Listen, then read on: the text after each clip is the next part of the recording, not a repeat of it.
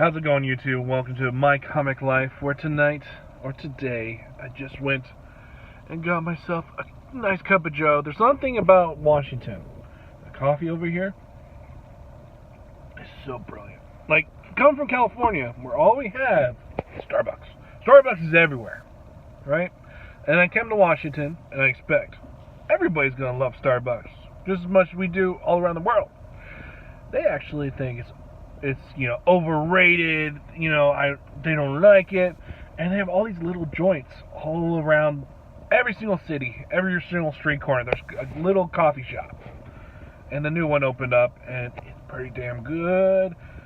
So, last night, getting home from work, you're just like, I just got done with another day, because yesterday was day 5 of 10 in a row.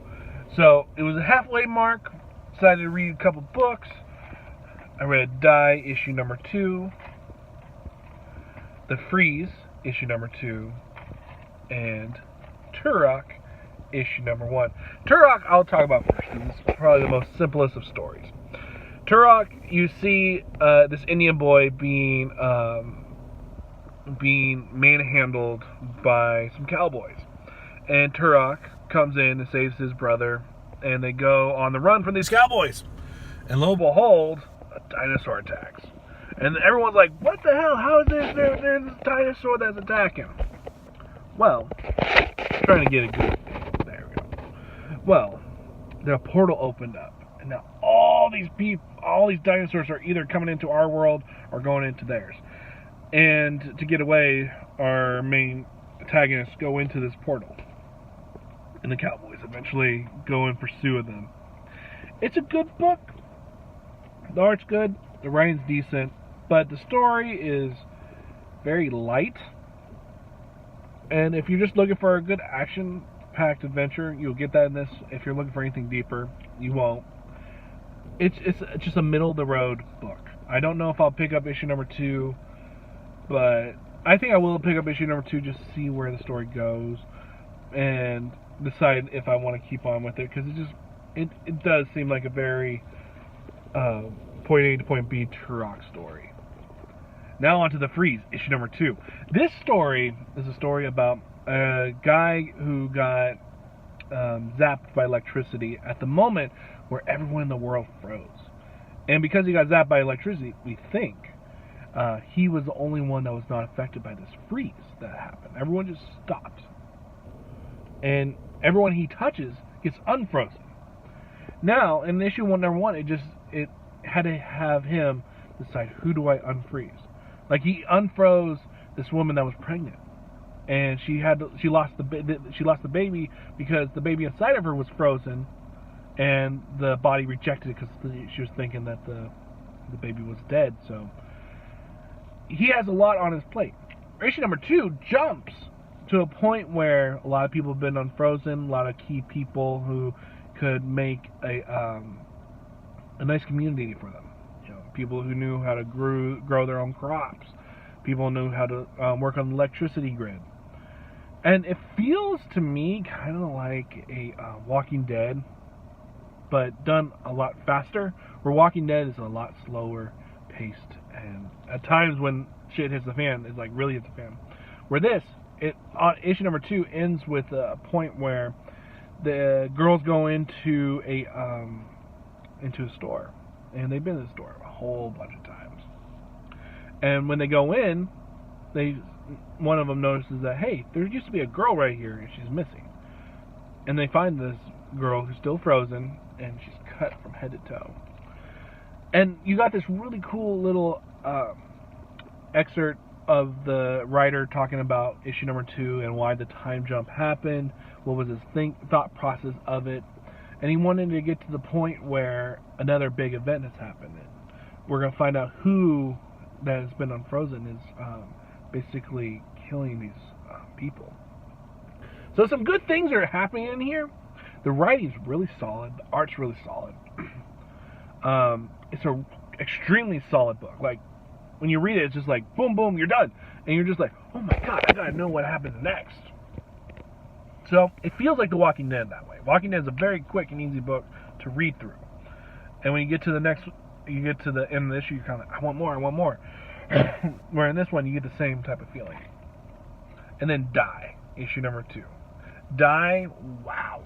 Okay, the art in here is so brilliant. It's like every single panel is a painting of itself. You have this issue number 1 really just set up the story where you had these kids who were going to play this D&D-esque game, and they get sucked into a world like Jumanji. And then they come back out like 12 years later, and then they live their lives. One of them was left behind. We don't know for what reason. And in their 40s, the person that was left behind has sent them a message. And they have decided to come together to go and get their friend out of this land. Issue number 2 just focuses on the story of them getting to the land and finding out that the game still needs to be played. And it feels just like Jumanji, but with a D&D-esque part. And this issue, at the end, it explains every single ability of all the people, all their what their class is and what they can do, and why did the writer decide to do these type of classes. And it's all really cool. The story's going a little slow, though. A little slow. I heard some people complain about that. But the art alone is just the best art you can see. So, it's been a really fun day, reading comics. But, of course, I gotta go to work. I ain't going to work! Work sucks! But, you gotta go to work to pay for comics, right? At least that's what I'm telling myself. Or for any entertainment that you'd like to do. And also have money in the bank afterwards. But I do know that a new episode, or a new trailer, or the first trailer for the new Spider-Man movie came out. I have not watched it yet. I kind of like to wait for that trailer to watch it on the big screen. Because, if there's a movie that I'm going to go and see, I know I'll see. It's like, why do I want to be spoiled by the trailer? Because that's the one thing about Sony with Spider-Man, is that they always ruin so much with the trailers. Except for, I think, the last one with Spider-Man Homecoming, and this one's A Long Way From Home. So Spider-Man Homecoming, I don't remember if it was very spoiler-ish. I have to go back and look. But I've been very, I am always very hesitant about watching trailers, especially for a movie I know I'm going to go and watch. And it's funny, though, finding out, because I had no idea that Jake Gyllenhaal was playing Mysterio. And I saw that meme with Deadpool, Mysterio, and Wolverine. And I was kind of confused because they showed Jake Gyllenhaal. Like, why did they show Jake Gyllenhaal as Mysterio? Well, he's playing Mysterio. So, have you seen the trailer? Let me know what you thought down below. Did it spoil anything? I'm really intrigued. If you tell me it didn't spoil much, then I'll definitely go and watch it before I see it in the trailer or in the movie theater. Because with Marvel or anything Marvel related, you're always going to see the trailer in the movie theater. Well, I'm excited to go and see that once I have a day off, because I plan on going to the theater and going and seeing that new Glass movie. So, I hope you all have a great day. I hope you all had a great Wednesday, because today is New Comic Book Day, and I can't go pick up my books until I have a day off. But, of course, I picked up 30 books last week, so I still got a whole bunch of books to go through. So, I'll see you guys next time on My Comic Life, and I hope you guys enjoy, and remember, rate, comment, subscribe, and I'll see you guys next time.